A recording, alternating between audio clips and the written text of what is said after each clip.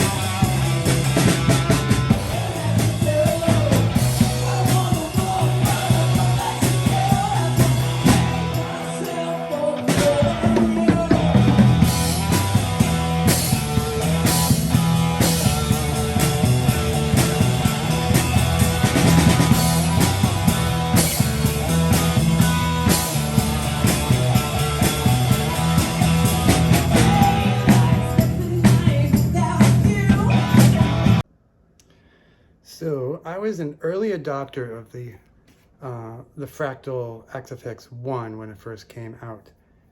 Before that, I was on a JCM 800 50-watt head and a 4x12 cab, and it had been like that since 1990, which was when I first got into a gigging band. And so when the Fractal came out, I just waited for the initial reviews, and then as soon as I saw that people were happy with it, I jumped on it.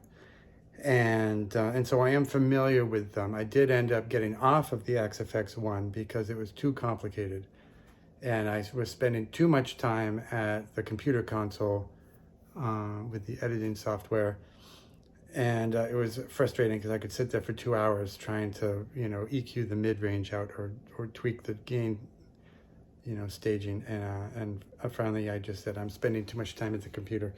So I did move it along, but I did enjoy some aspects of that experience.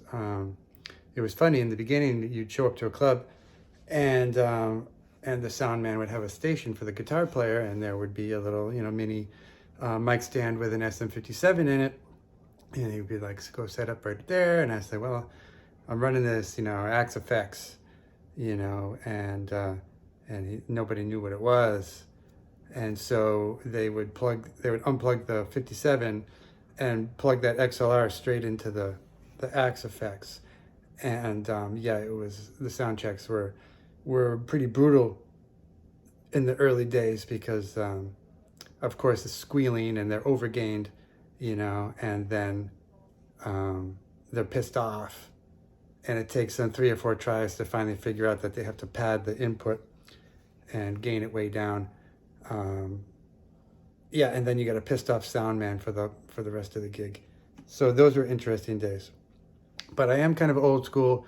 I do like a pedal board, and so I had this set up as a pedal board. I'm not using scenes, and that's a lot of that's also because I've had it for less than a week, and I wanted to get out there and use it this time, and I was getting off of a Universal Audio Lion, which was on the pedal board. And so I guess, firstly, let's just talk about like the economy of this. And so how many pedals does the AM4 replace? For me, it replaced the Lion amp block and reverb and delay and chorus, tuner, and then it has a clean boost, which I wasn't using before, but that's kind of there now too. So that's 6 pedals that this is representing. It represents 6 pedals for me. On top of that, it's stereo, so stereo chorus, stereo reverb. You know, I don't really use stereo delays, but you know, it's there. And if they were separate pedals, you would have to use 2 cables to join those together. And so of course it's all internally laced together, and so you don't have that. And so it is a space saver, and I do see it not as a freestanding alone all-in-one module, you know, like maybe the FM3, which I did have the FM3, and I had the same problem with tweaking it all day long, because they don't really stand on their own. And that's why I have the drive pedals also, is because I just give it a little touch of analog drive before it goes in. I just find that it sounds more real. And so the experience, what was it like? Well, good overall, but I'm gonna have to change the way I have it set up, because I've got it set so that I've got, you know, my special effects in the front, and then I've got to choose a drive pedal, and so this is nice. I've got it set up for unity gain, and it just adds a little more compression, which this adds a little compression too, and like saturation, a little thickening here, and then this adds a little more saturation, and it sparkles the top, but it doesn't have any kind of mid hump, and so it doesn't gain it up at all. And then this one is similar, but it does have a little mid push, which does gain it up a little bit. And then the ODR one is a full blown. And so typically for rhythm, I'm either using this one or this one, plus the amp block. And then for soloing, I would stack this on top. But the problem last night was that it's not a 1-button push, because this just won't increase the volume to a level really at all. It increases the gain, and even when I push out the level, trying to make it more of a solo boost, it doesn't really boost the volume. Now, fair enough, because it didn't. Same thing with the Lion. I didn't really have like a boost, and I don't use the volume knob on the guitar for solos. I really like to kind of just set things and have a pedal for the up. And so I never really had it anyway. But I'll tell you what, though, the clean boost in the AM4, once you experience that, there's no going back. There's no going back. Now I have to use that. I have to have the 3 decibel boost. It was so nice. But it was a 2-button push for solos, and sometimes I would just not have the time to play around, and I would just do the boost, and it wouldn't gain up, and yeah, the solo was a little wimpy sounding. So I'm gonna have to figure something out.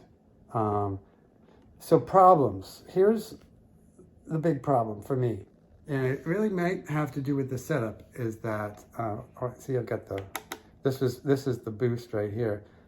And my foot was turning the encoder, and sometimes it was turning the output here. And that's because it's in the second row and these knobs are too close. And so in order to not hit the knobs, I had to raise my foot and hit this kind of on an angle, and it was tweaking that. Now this is my amp block right here. And so it was trying to switch my amp block to enhancer or filter or drive block because this was turning. Now the screen would say, press enter to confirm, you know, and of course it's very distracting when you're looking down and you're right about to lose your amp block.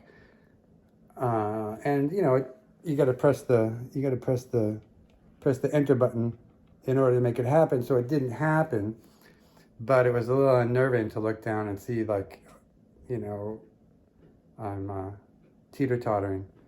But the big problem was when my foot would hit the output volume here, and of course you play in and you go for the boost, you know, and I don't know, I'm not looking. I hit the thing, and all of a sudden the sound goes off the charts, and I'm like, whoa, that's not the boost I was looking for, you know. It's yeah, and so that was a little problematic because it took me a second to figure out what the hell was going on, because the first time it happened, you know, it's like blaring. I'm like, whoa, what happened? And I look down and the amp block says drive and it's flashing, you know, and it hadn't switched yet. I figure out later, but and the volume had gone off the charts at the same time. And so I thought that I had lost my amp block. You know, it turns out that two things happened at the same time, is that I hit the rotary and it selected a new selection, and I hit the volume. So I don't know, maybe I got clumsy feet. But I think everything's just too close together. So what would I like to see? I would really like to see like a lockout on the controls, you know, that you could put it into, you know, like a gig mode or something where the, you know, the 4 buttons are active, but everything else is asleep. Now, maybe there is that, and I don't know, because I've only had it for like a week, but I really would need a lot of these things to be inactive when I'm gigging, you know. But I think ultimately what I'm going to have to do is move this down and move this stuff up, you know, because I don't need to be tap dancing on these. I set one or I set the other. And then this, I'm gonna have to figure out whether I'm gonna, you know, might have to put a drive block in this for the solos, so I can have a 1-button push. You know, I mean, I don't know what I'm gonna do yet, but hitting 2 buttons is a little pain in the ass, and having changes happening that I don't want. Oh, you know, and there's one more thing that I would like, is on the output, is to have some kind of reading, and maybe there is, I don't know, I haven't discovered it yet, that would tell me what it's at, you know, so that when I do accidentally hit it, you know, I don't have to try to zero it in again, you know, that there's a number, and I can just wind it back to whatever it is, 5 or 4 or 6 or whatever I've got it at, you know, 6.2, so that I know where I was and I can go back to it, you know. So, but overall, I mean, if I move it down also, I'm going to have in and out problems because all the stuff's on the back, and then I'm going to have a row of pedals back there. So yeah, we'll see what happens. I'll keep you updated. But the sound is great. The sound is really thick and percussive. Yeah, it sounded great. But I've got some kind of user, you know, issues that I'm going to have to figure out.